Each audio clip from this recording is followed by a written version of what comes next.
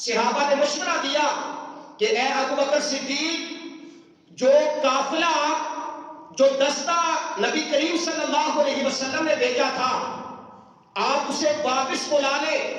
حضرت زید بن حارثہ رضی اللہ تعالی عنہ کی سپہ سالاری میں قربان جائے نبی کریم صلی اللہ علیہ وسلم کی ذات بابرکات پہ، زید بن حارثہ غلام ہو کر سرکار کی بارگاہ میں رہے۔ سرکار نے اتنا نوازا کہ پوری فوج کا سپہ سالار بنا کر سرکار کو روانہ فرمایا تھا۔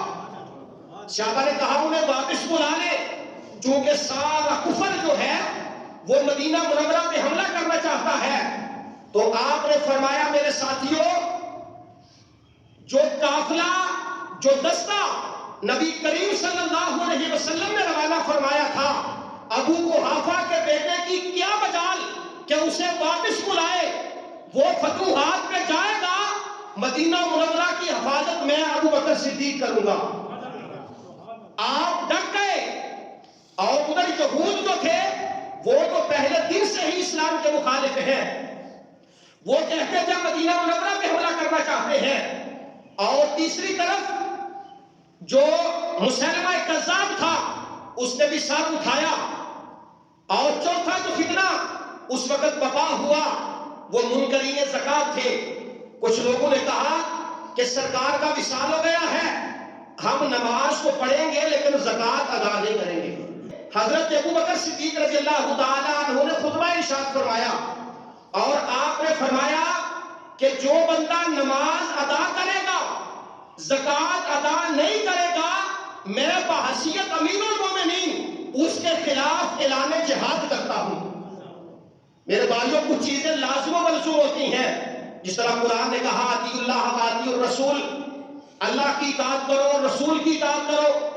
اگر کوئی بندہ اللہ کی اطاعت کرتا ہے، رسول کریم صلی اللہ علیہ وسلم کی اطاعت نہیں کرتا، تو اسے اس کا کوئی فائدہ نہیں ہوگا۔ جس طرح فرمایا اشکر لی والدیک، میرا بھی شکریہ ادا کرو اور والدین کا بھی شکریہ ادا کرو۔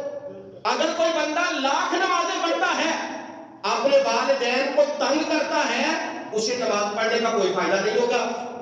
اسی طرح یہ فرمایا کہ نماز اور زکوٰۃ یہ دونوں لازم و ملزوم ہیں۔ اگر کوئی نماز پڑھے اور زکوٰۃ نہ دے تو اس کی نماز کا اسے کوئی فائدہ نہیں ہے، اور اگر کوئی زکوٰۃ دیتا ہے تو نماز نہیں پڑھتا تو اس کا بھی اسے کوئی فائدہ نہیں ہے، یعنی قرآن کریم کی روح کے مطابق۔ تو فرمایا کہ جو بندہ نماز پڑھے گا، زکوٰۃ نہیں دے گا، میں ابو بکر صدیق اس کے خلاف اعلان جہاد کرتا ہوں۔ آپ نے ان کے خلاف اعلان جہاد کیا اور فرمایا جو بندہ نبی کریم صلی اللہ علیہ وسلم کے بعد زمانے میں ایک رسی بھی دیتا تھا، اگر اس نے ایک رسی بھی اسلام کو نہ دی تو ابو بکر اس کے خلاف اعلان جہاد کرے گا۔ آپ نے بدعات کا دروازہ بند رکھا، کوئی بھی نیا کام ہوتا جو نبی کریم صلی اللہ علیہ وسلم کے دین کے خلاف ہوتا، آپ فوراً ایکشن لیتے، اسے فوراً روک دیا کرتے تھے۔